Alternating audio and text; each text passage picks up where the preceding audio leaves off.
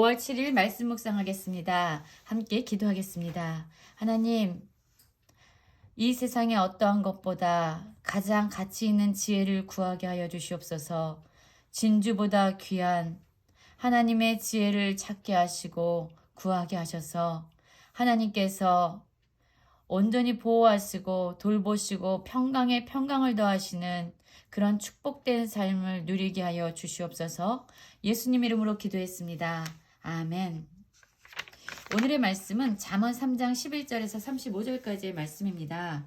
말씀을 함께 살펴보시기 전에 개인적으로 말씀을 꼭 읽으시고 묵상하는 시간 가지시기 바랍니다. 잠언 3장 11절입니다. 내 아들아, 여호와의 징계를 경히 여기지 말라. 그 꾸지람을 싫어하지 말라. 대저 여호와께서는 그 사랑하시는 자를 징계하시기를 마치 아비가 그 기뻐하는 아들을 징계함 같이 하시느니라 라는 말씀으로 시작하고 있습니다. 사실 이 세상에 어떤 사람도 징계나 꾸지람을 좋아하는 사람은 없을 것입니다.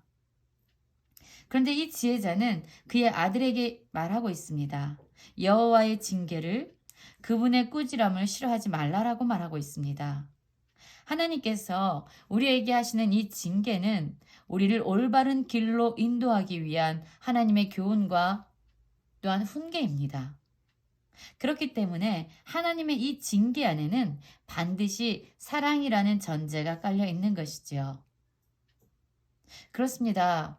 우리의 자식이 아닌 다른 사람이 뭔가 나쁜 일을 한다면 우리는 그렇게 그 문제에 대해서 깊이 개입해서 그를 불러다가 징계하거나 꾸지람을 하지는 않습니다. 별로 상관없는 사람들에 대해서 그렇게 하죠. 그러나 그 대상이 내가 사랑하는 대상일수록 우리는 그를 데려다가 꾸지람을 하고 징계를 합니다. 왜죠? 바로 사랑 때문입니다.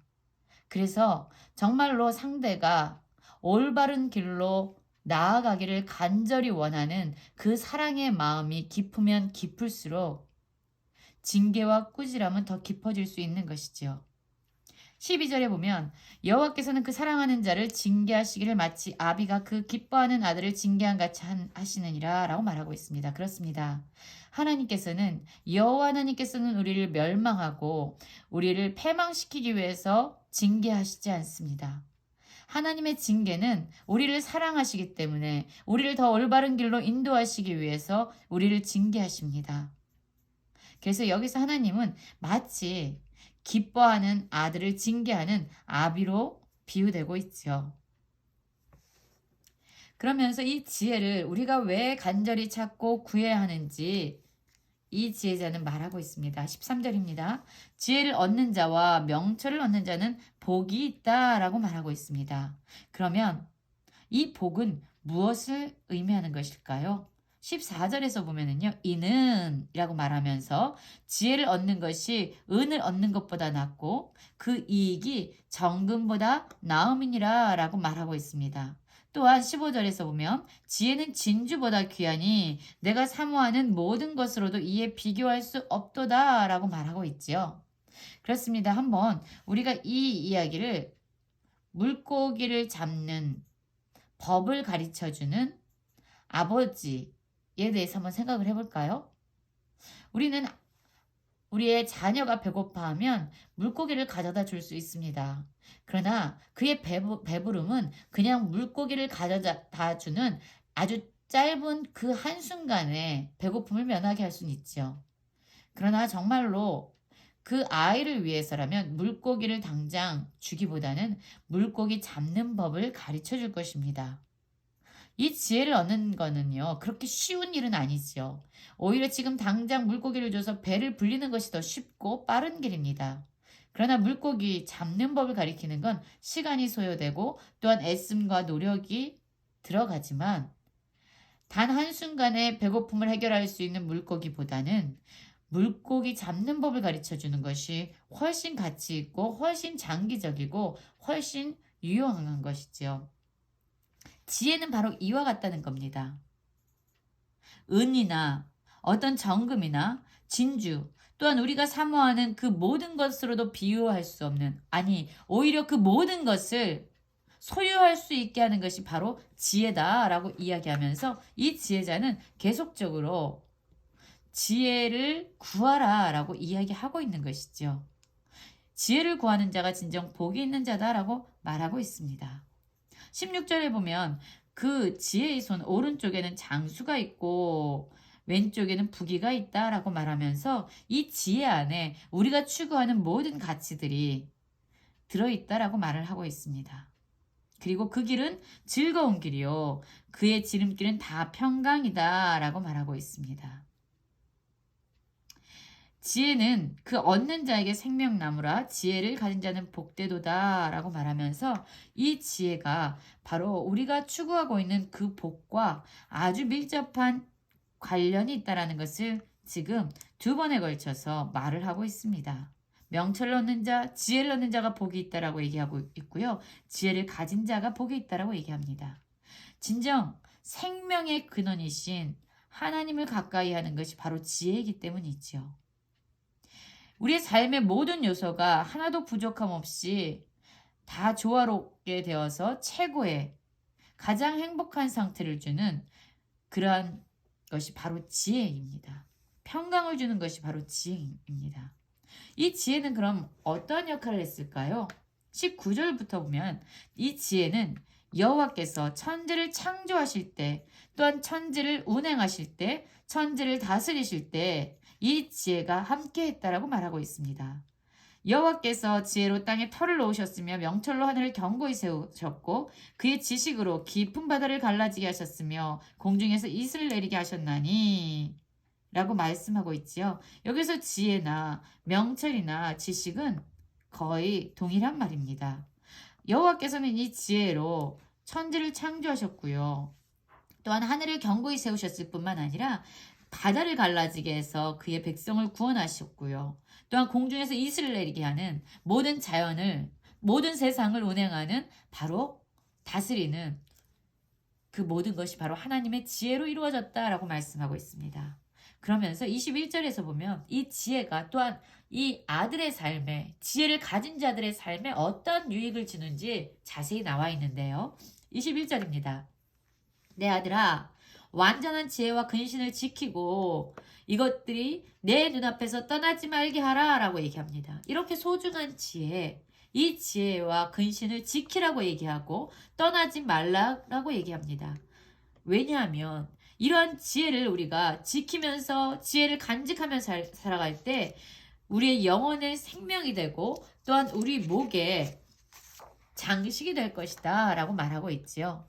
우리의 생명의 근원이 되신 하나님과 우리를 가까이 하게 할 뿐만 아니라 우리의 삶을 아름답게 장식하는 그러한 통로가 바로 지혜라고 합니다. 또한 내 길을 평안히 행하겠고 내 발이 거치지 아니하겠으며 내가 누울 때 두려워하지 아니하겠고 내가 누운 중 내 잠이 달리로다. 단잠을 잔다는 겁니다. 또한 갑작스러운 두려움도 닥치지 않는다라고 얘기합니다. 이 지혜가 우리에게 주는 유익은 너무나도 커요. 영혼의 생명이 되고요. 우리의 삶을 아름답게 할 뿐만 아니라 우리를 평안히 살아가도록 도와주고 또한 우리가 넘어지지 않도록 우리를 지켜주며 우리의 마음에 두려움을 사라지게 하고 또한 우리에게 두려움이 없는 평안한 가운데 살아갈 수 있는 단잠을 허락한다라고 얘기합니다. 그렇기 때문에 우리가 해야 할 일은 무엇입니까? 여호와, 우리가 의지할 분, 우리를 걸려 넘어지지 않게 하실 분, 이러한 분을 가까이 하고 여호와를 경외하는 지혜를 지키고 간직하는 것이 우리가 마땅히 해야 될 일이라고 이야기하고 있습니다. 또한 이 지혜는요, 하나님이 천지를 창조하실 때, 운행하실 때, 다스리실 때 뿐만 아니라 또한 우리의 영혼에도 이렇게 많은 유익을 주고 있습니다. 그리고 또 이 지혜가 주는 유익 중에 하나는 27절부터는요. 우리와 다른 사람과의 관계, 우리가 우리 주변에 있는 사람들, 이웃들과 어떠한 관계로 나아가게 되는지 지혜를 가진 자의 모습이 그려져 있어요. 27절 볼까요? 내 손이 선을 베풀 힘이 있거든 마땅히 받을 자에게 베풀기를 아끼지 말며 내게 있거든 이웃에게 이르기를 갔다가 다시 오라 내일 주겠노라 하지 말며 네 이웃이 내 곁에서 평안히 살거든 그를 해하려고 깨하지 말며 사람이 내게 악을 행하지 아니하였거든 까닭 없이 더불어 다투지 말며 이렇게 나오죠. 그렇습니다. 지혜를 가진 자들 여호와를 경외함으로 살아가는 자들은요 선을 베풉니다.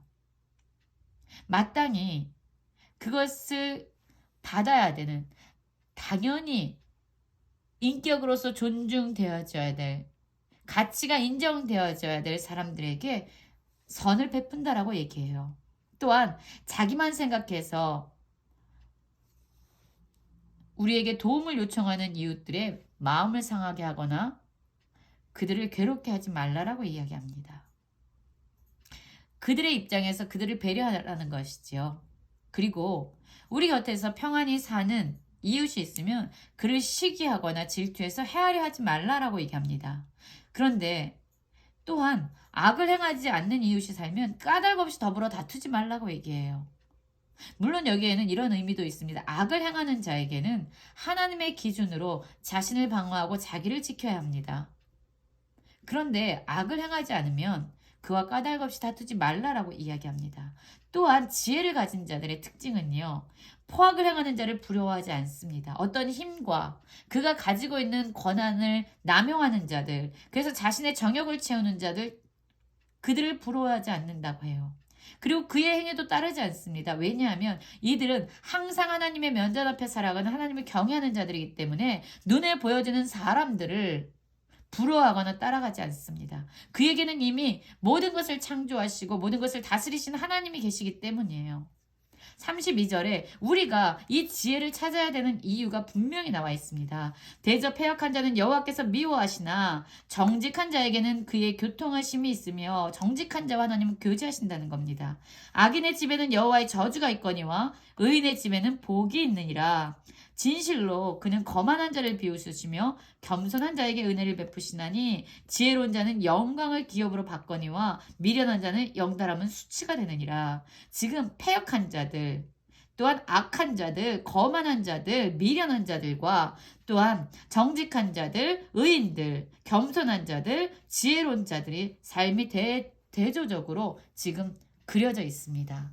그렇기 때문에 우리는 이런 악인과 미련한 자들을 따라 사는 것이 아니라 지혜를 가지고 하나님께서 예비하신 모든 복을 누리는 그런 삶을 살라고 말씀하고 있습니다. 지혜를 가지고 하나님이 예비하신 모든 복을 누리는 모든 성도님들 되시기를 간절히 기도합니다.